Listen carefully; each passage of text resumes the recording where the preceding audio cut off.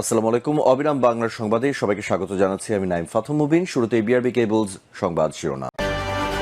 বিদায় বেলায় তত্ত্বাবধায়ক সরকারের কথা বলে গেলেন সিইসি। নিজের আমলে করা দ্বাদশ সংসদ নির্বাচন বিতর্কিত ছিল, এমনটা বলে সব সংসদ নির্বাচন দলীয় তত্ত্বাবধায়ক সরকারের অধীনে হওয়ার পক্ষে। বাংলাদেশে থাকা ২৬ লাখ ভারতীয়র চাকরি বাতিল করতে বলল আওয়ামী লীগ।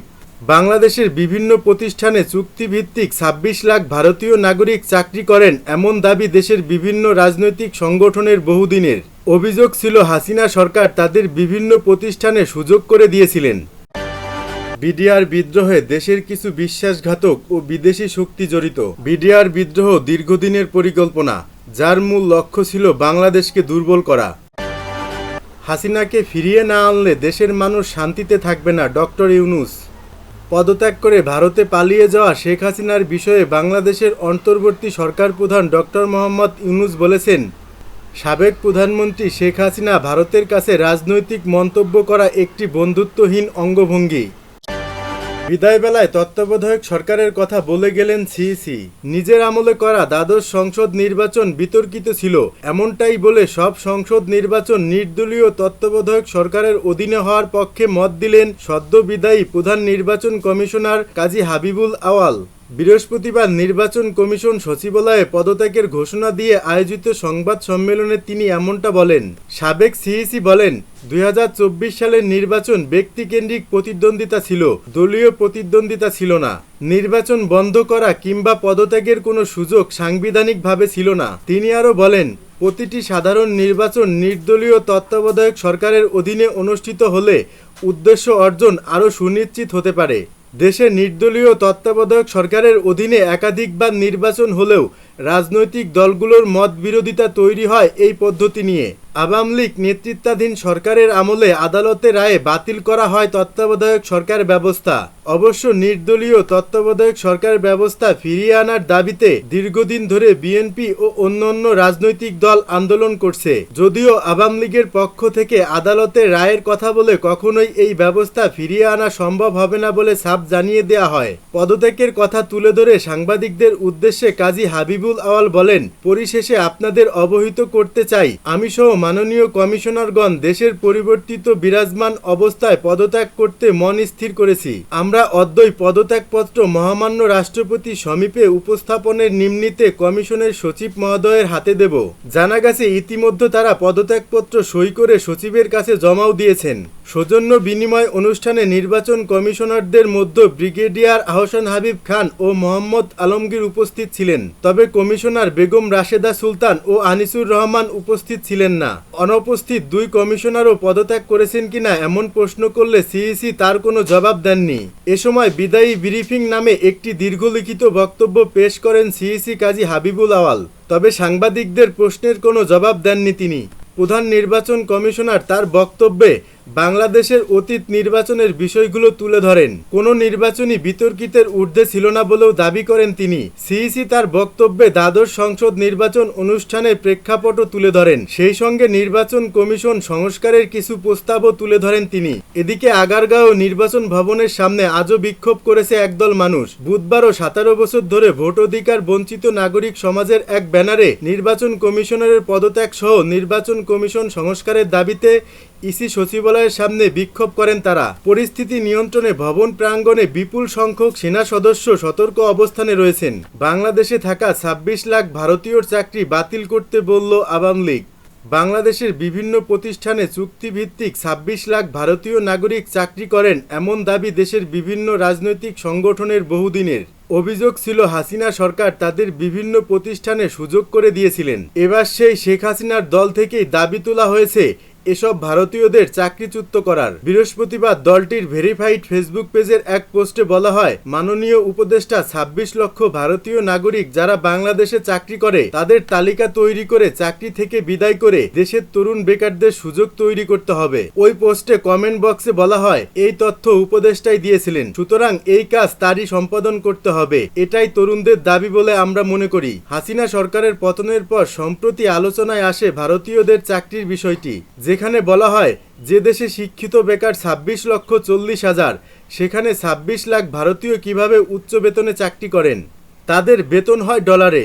প্রতি বছর বাংলাদেশ থেকে প্রায় 5 বিলিয়ন অর্থাৎ 500 কোটি মার্কিন ডলার রেমিটেন্স ভারতে চলে যায়।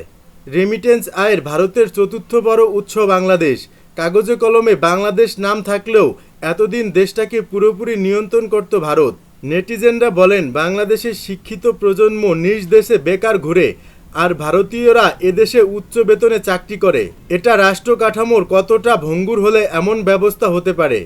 উল্লেখ্য, ছাত্র জনতার গণ অভ্যুত্থানের মধ্য দিয়ে পতন হয় হাসিনা সরকার। মাত্র ৪৫ মিনিটের মধ্যে দেশ ছেড়ে পালিয়ে ভারতে আশ্রয় নিয়েছেন শেখ হাসিনা। আপাতত সেখানেই অবস্থান করছেন তিনি। বিডিআর বিদ্রোহে দেশের কিছু বিশ্বাসঘাতক ও বিদেশি শক্তি জড়িত। বিডিআর বিদ্রোহ দীর্ঘদিনের পরিকল্পনা, যার মূল লক্ষ্য ছিল বাংলাদেশকে দুর্বল করা। এর সাথে দেশের কিছু বিশ্বাসঘাতক ও বিদেশি শক্তি জড়িত ছিল, এমন অভিযোগ করেছেন মেজর জেনারেল আব্দুল মতিন। বৃহস্পতিবার সকালে জাতীয় প্রেস ক্লাবে বিডিআর বিদ্রোহ নিয়ে এক সংবাদ সম্মেলনে তিনি এ অভিযোগ করেন। মেজর জেনারেল আব্দুল মতিন দাবি করেন, বিডিআর বিদ্রোহ অপারেশন ডাল ভাত এর কারণে হয়নি, বরং আওয়ামী লীগ সরকার ইচ্ছাকৃতভাবে কিছু গুজব ছড়িয়ে বিডিআর সদস্যদের মধ্যে অসন্তোষ তৈরি করে, যার চূড়ান্ত ফল এ বিদ্রোহ। এ ঘটনার তদন্তে সীমাবদ্ধতা ছিল বলেও মনে করেন অবসরপ্রাপ্ত এই সামরিক কর্মকর্তা। হত্যাকাণ্ডের সাথে জড়িতদের তথ্য সরকারের হস্তক্ষেপের কারণে বের করা সম্ভব হয়নি বলে দাবি করেন আব্দুল মতিন। হাসিনাকে ফিরিয়ে না আনলে দেশের মানুষ শান্তিতে থাকবে না, ডক্টর ইউনূস। পদত্যাগ করে ভারতে পালিয়ে যাওয়া শেখ হাসিনার বিষয়ে বাংলাদেশের অন্তর্বর্তী সরকার প্রধান ডক্টর মোহাম্মদ ইউনূস বলেছেন, সাবেক প্রধানমন্ত্রী শেখ হাসিনা ভারতের কাছে রাজনৈতিক মন্তব্য করা একটি বন্ধুত্বহীন অঙ্গভঙ্গি। বাংলাদেশে তাকে প্রত্যর্পণ না করা পর্যন্ত উভয় দেশের অস্তিত্ব রোধ করতে শেখ হাসিনাকে চুপ থাকতে হবে। ভারতীয় বার্তা সংস্থা পিটিআইকে দেয়া এক সাক্ষাৎকারে ডক্টর ইউনূস এই মন্তব্য করেন। বৃহস্পতিবার সাক্ষাৎকারটি প্রকাশ করেছে পিটিআই, আর বুধবার পিটিআইকে এই সাক্ষাৎকারটি দেয়া হয়। ডক্টর ইউনূস বলেন, বাংলাদেশ সরকার শেখ হাসিনাকে ফিরিয়ে না আনা পর্যন্ত ভারত তাকে রাখতে চায়, তবে শর্ত হবে তাকে চুপ থাকতে হবে।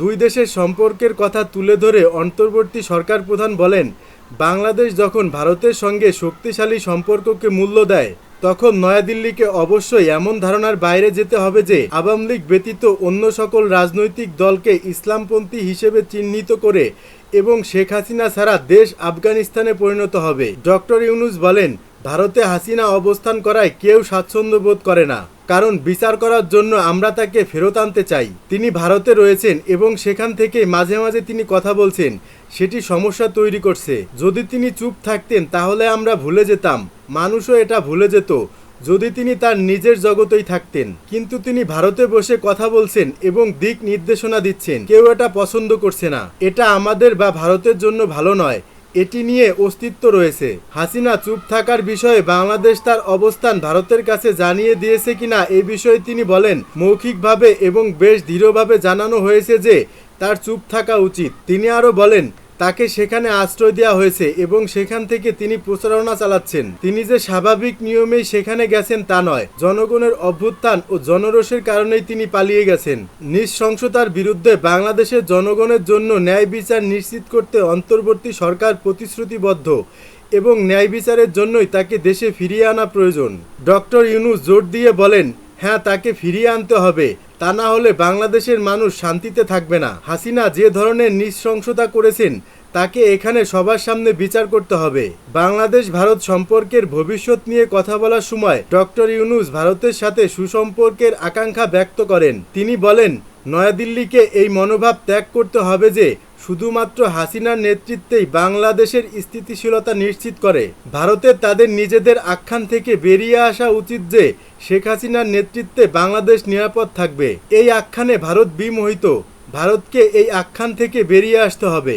অন্য দেশের মতো বাংলাদেশও তাদের আরেকটি প্রতিবেশী।